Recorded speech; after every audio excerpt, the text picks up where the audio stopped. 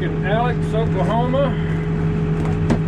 We're gonna dig a bunch of spot footings and maybe a big swimming pool out next day or so. Ought to be a good job. I'm gonna get everything unhooked here and get to work. Unloaded. That's what I'm trying to look for.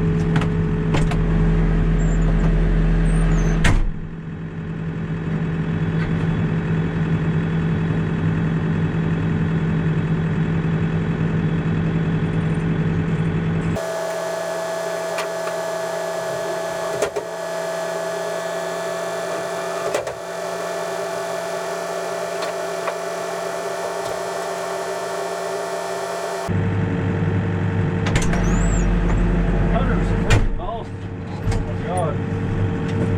We're in trouble. I didn't know that was on camera. Oops. Alright, we're gonna dig some holes. We got some spot footings to dig. We got an elevator pit. And I believe before, I don't know if we'll get to it today, but we got a big swimming pool hole. I guess they're going to dig a foundation under a swimming pool. They're going to put in a fiberglass, I guess it's a fiberglass swimming pool. I don't know. I've not been around that many indoor pools. I've done some outdoor pools. I've never done any indoor. So I guess that's why they're doing it that way, is it's an indoor pool under a building slab or within a building slab. So I figure that's why they're doing it that way. So, this bucket changed out here and go to work.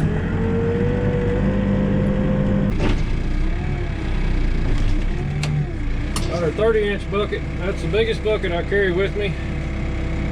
I own a 3-foot bucket, but I have found that when you're in any kind of tough soil, you're better off digging with a 30 or less, because it just becomes a big load on the machine. It's amazing what one more tooth on there will do for your power, but that's the way I like to run it. It's big enough. I mean, if I want any bigger, I need to be charging more per hour, so I figure that kind of gives us a little balance on working for people by the hour.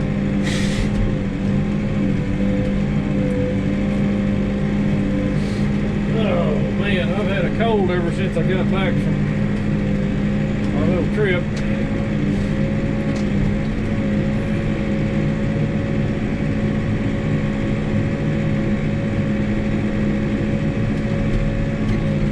This is a little footing I dug the other day on a video.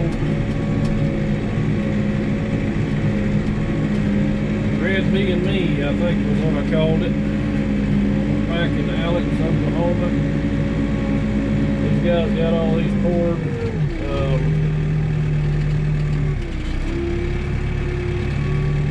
They look good. Thought they did a good job. I might need to dig the elevator pit first, I don't know.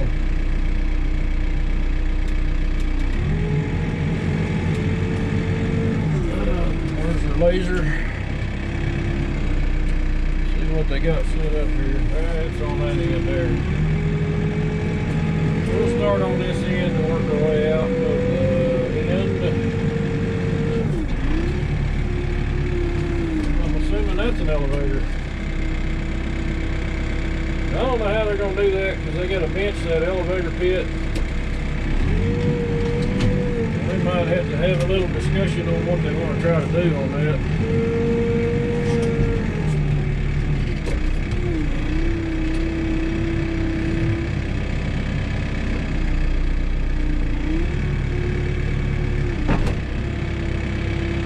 I think the one there with all the flags is the elevator, and we normally dig those out and then bench them down to the top of the elevator slab on the edges. That way they can form everything up. But we'll see what they want to do here.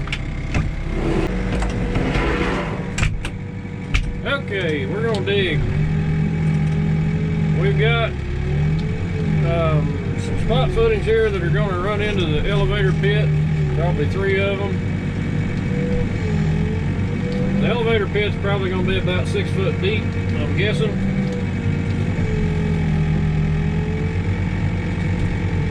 Sometimes they're 5, sometimes they're 6. Depends on the elevator, I guess, or how high it's going, or whatever, who makes it. But anyway, we're gonna punch these holes out, and then we'll dig that elevator pit, and then work our way down to the swimming pool. We might be able to get a lot of this done today. They were talking maybe 2 days on it, but the only problem I see is we're probably going to need somebody to get dirt out of here faster than I'm digging it. When we start on the swimming pool, that might be a problem. It's a little bit of a tight job site, so you know, we gotta work with what we got here.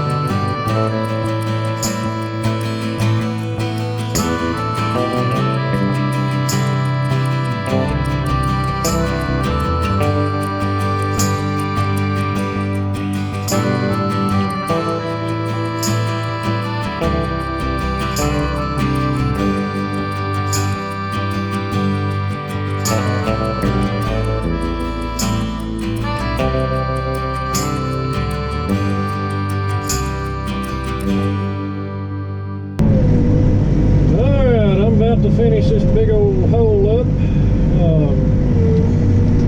Just trying to finish the steps out in this corner. That sandstone down there in the bottom on this end's really fragile. It's not standing up very good, so got a little ugly on me down there.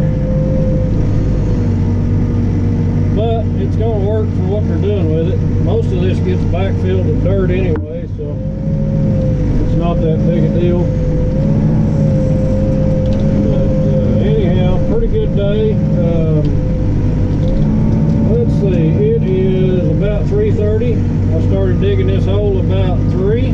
No, I didn't start digging at 3. I started digging about 1. About 1 o'clock is when I started digging this. So I think we made really good time on it. The old boy on that skid steer knows what he's doing.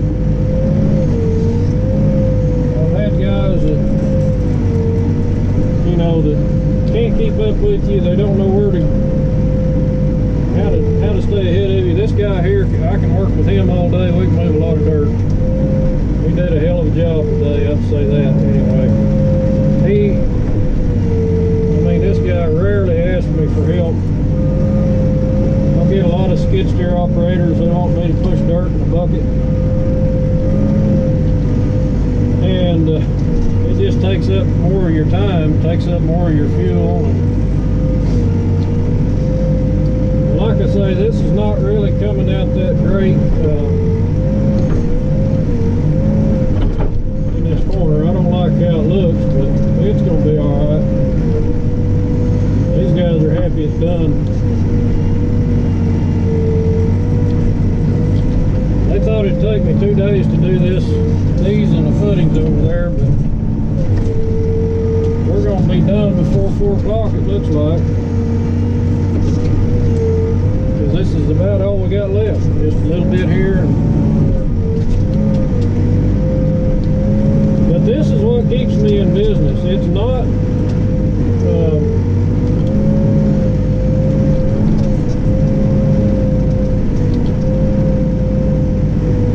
it's not that, I mean, I'm doing work by the hour for these guys. They like what I do. They like the amount of work I can put out for the money. I think the way they look at it, a lot of times I save them money by coming out and working. If they did this themselves with their own equipment, chances are it would have taken all day. Maybe more, depending on their operator and depending on what piece of equipment they had to use. But they don't always get their pick of what they want to use, you know what I mean? They got to use what the boss sends out here. So right now they've got a 35 John Deere excavator.